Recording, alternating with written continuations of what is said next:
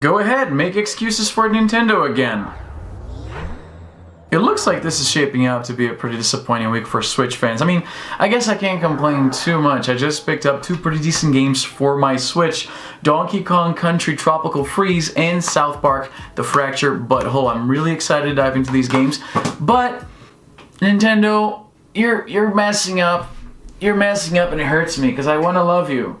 But you're making it so hard. First, we had pretty disappointing news about the Switch Online service. As I'm sure you recall, I put a whole video out about that yesterday. I'm going to leave the link in the description. But in case you don't have the time, basically they promised to launch this service last year. They took a whole extra year for it. And what the news we got about the upcoming Switch Online service is underwhelming to say the least. I mean, super fans will still make excuses for anything Nintendo does.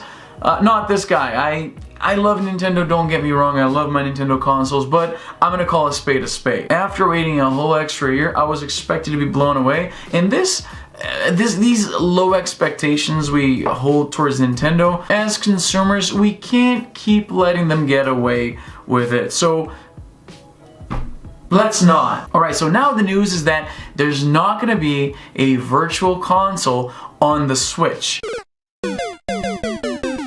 Now, in their defense, they never said we would get Virtual Console on the Switch, it's just that it made too much sense. Perhaps that's why Nintendo axed the idea. In an email to Kotaku, they said, there are currently no plans to bring classic games together under the Virtual Console banner, as has been done on other Nintendo systems. Alright, so let's unpack that. First they say, there are currently no plans. So I want to get this right out of the way. I know that the apologists will say they're not killing the Virtual Console, they are just saying there are no plans right now. Yeah, but that's the thing, if you wait that long to even finally make an announcement on this after months of radio silence on the matter, I think it's pretty obvious that it's not a priority. At the very least, they're not really that concerned about giving us that functionality. Something that we had it on the Wii, on the Wii U, on the 3DS.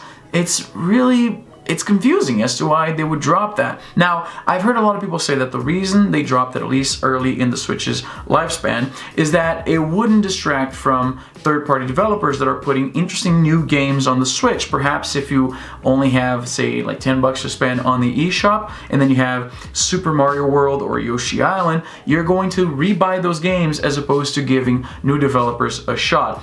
I both get that and don't get that. The market has shown that there is space for both of them. We buy a whole bunch of new games, but we also buy the old games that we've been enjoying our whole lives. So I get it. I get it to an extent. I just don't buy it. I think there is enough room for both. I mean, younger kids today, the kids that are like, let's say 10 to 15 years old, those guys, they're not that excited about NES re-releases, right? They're not going to pass up an interesting indie, I imagine, over Super Mario Bros. 3. At least that's my read on the situation. So I get the logic, but logic and Nintendo, it's an odd pairing. So I don't know. Another reason I don't really buy that argument that Nintendo doesn't want to sell us these old titles so as to not distract from the new exciting indie titles being offered on the Switch is the fact that the NES and the SNES Mini exist.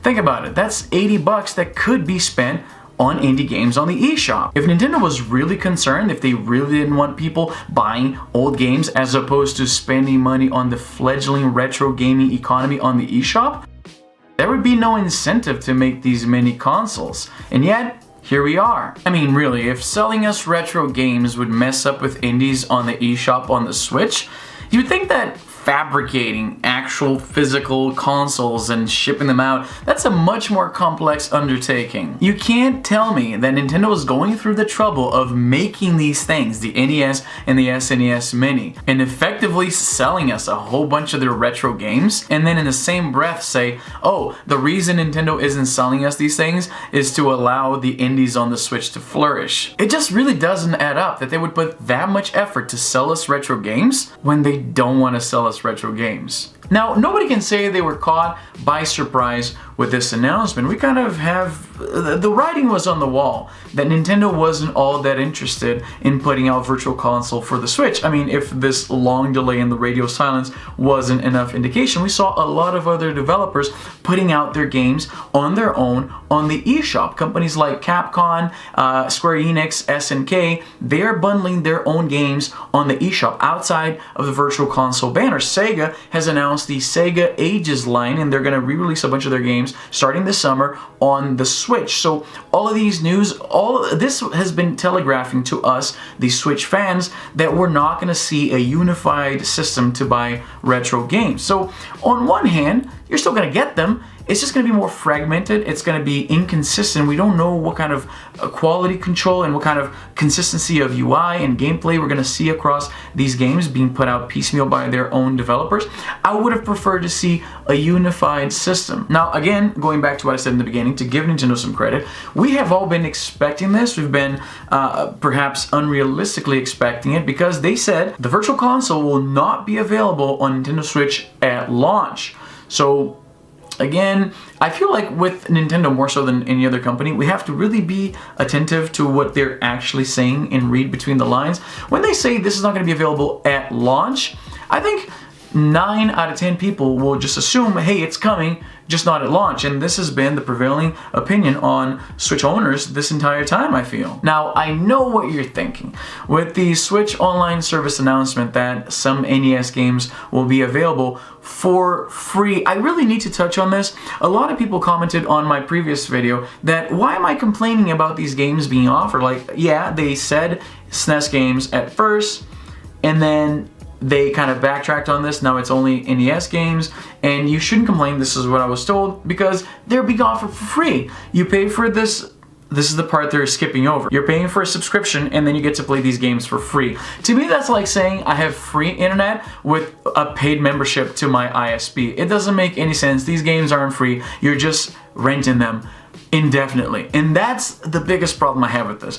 I don't think this is an apt replacement for the Virtual Console when it comes to first-party Nintendo titles, because you're going to be tied down to this basically membership program. You're going to be renting these games indefinitely. If you thought it was bad enough that Nintendo is going to be reselling us the games that we have had for a very long time, it's like we're getting the worst of both worlds now, because it's not like they're going to keep re-releasing these, but you're going to be renting them forever. You're not going to be able to buy the ones that you want and just keep. This Netflix-like service raises a bunch of questions. So obviously you're only going to get access to these games, so far only NES, for as long as you have an account with this thing. But the only way to check if your Switch still has an account is to only allow you to play these games when you're connected to the internet, so that they can check if your membership's still valid, if you're still paying them. So what does that mean? We're only going to be able to play these classic Nintendo games on the Switch if we have an internet connection? I sure hope not, but I don't see how else they would verify that you're still paying your Switch online service bill. This is really confusing and disappointing as a Switch fan, because the Switch to me is the realization of a childhood dream. The idea of a portable console, and you guys know I love portables, they can plug to a TV and play seamlessly between 2 platforms. I love the idea, love the concept, had to have it. I'm growing my Switch library of games. I love it. My very own game, 99 Vidas, which you can get right now on PSN, Steam, pretty much everywhere where you can get games. My game is coming out for the Switch as well. I'm very excited for this. To me, the definitive version of my game will be the Switch version when that comes out. So I'm a fan. I love the system. I am an evangelist.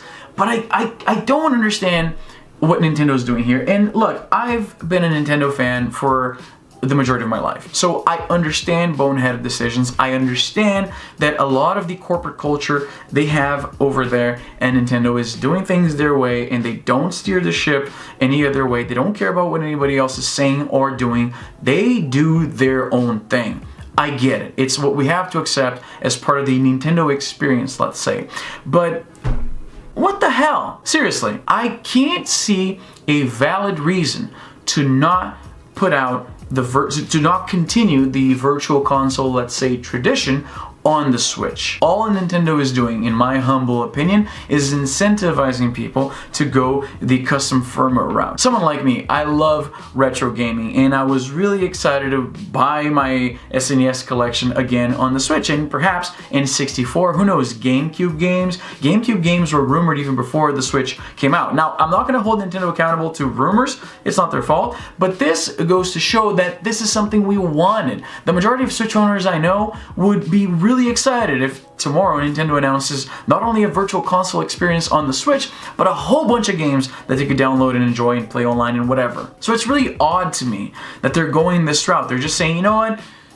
We're gonna rent you some games in a Netflix style system, and then all the other guys, you can put your retro games on the eShop if you want. If you don't, we don't give a shit. It's so frustrating. It's so man, why? I really don't get it, because they clearly have the infrastructure. These games are their IP, their first party titles, right? So they have the means. They clearly have the money. It can't be that expensive to create, to extend something that already existed on their previous platforms onto the Switch.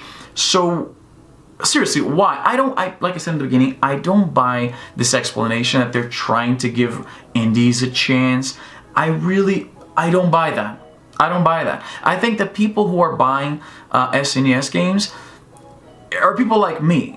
Young adults with disposable income who love retro games and will pick up an interesting indie game if they see one. I don't think people are really... I don't buy it. I don't buy it. It's as simple as that. I don't buy that explanation. I don't think Nintendo is trying to incentivize you to buy indie titles on the Switch, because I think that people will buy those regardless. I mean, people bought a whole bunch of indie titles on the 3DS, for instance, and that had Virtual Console with Game Boy games, NES, SNES games, Sega Game Gear games, so... You see how this doesn't make sense? And on one hand, look, I get it. We're not entitled to anything. Nintendo doesn't owe us anything. But at the same time, if a big chunk of the fan base wants something, and they have the means, they have the money, they have the IP, they have the infrastructure, they have done this before on other platforms, to not give us this, it comes across as spiteful. They're just doing it because they can. So as a consumer, I can't support this for much longer, but let me know how you feel. Do you care about retro games? Do you feel like it's time to just move on and embrace what's new? And if you really want these games, you can just emulate them, right? I mean, Nintendo isn't giving me much of another option. As always, let me know in the comments how you feel about this. If it's your first time here on the channel, consider dropping a like, subscribe to the channel, hit the notification bell, because YouTube sucks at letting you know I put out new content. Leave a comment down below, join the conversation, and that's all the time I have for today. I'm Izzy, and I'm done.